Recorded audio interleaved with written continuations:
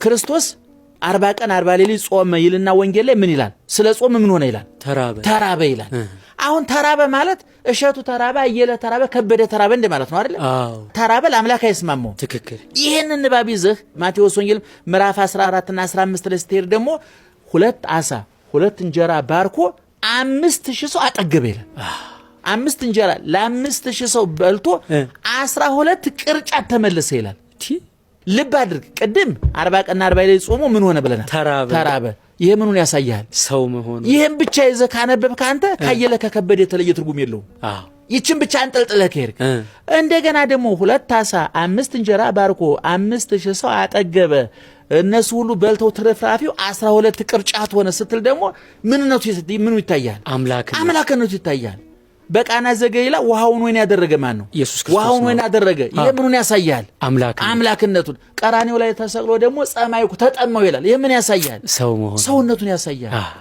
በዮሐንስ ወንጌል ምዕራፍ 4 ቁጥር 7 ላይ ወደ ኪሞ እግዚ ኢየሱስ በሐዊረ ፍኖት ነበረህየ ኢየሱስ ክርስቶስ መንገድ ከመሄድ ደክሞ በውሃው ጉድጓድ አጠገብ ተቀመጠ ይላል። ለምን የተቀመጠው? ደክሞት። ውሃ ጉድጓድ አይቶ የዛፍ ጥላ አይቶ ሲደክመው ትንሽ ፎይ ለማለት የሚቀመጠው ማን ነው? ሰው ነው። ይችን ብቻዋን ገንጥለህ ከጠፋህ አንተ ኢየሱስ ክርስቶስ አየለ ከበደ ሆነ ማለት ነው።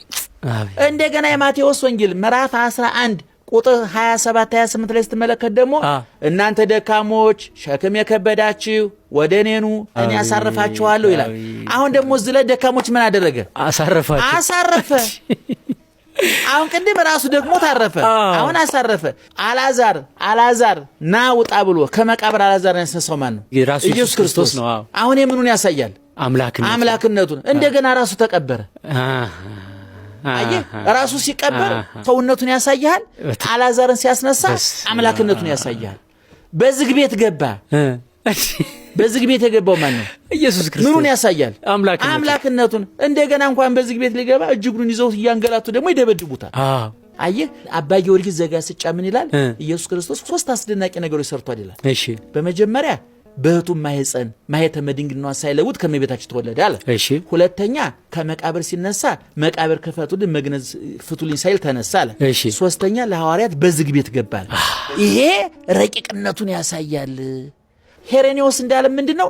እነዚህን ነገሮች ገነጣጥለህ አትረዳቸው ወዳጄ ይላል። አንድ ላይ ስፋቸው፣ አንድ ላይ አዋህዳቸው። ምንና ምኑን? አጠገበንና ተራበን፣ ውሃውን ወይን አደረገና ተጠማን። እነዚህ አብረው ሲሰፉ ኢየሱስ ክርስቶስ ፍጹም አምላክ ፍጹም ሰው ይሆናል አለ።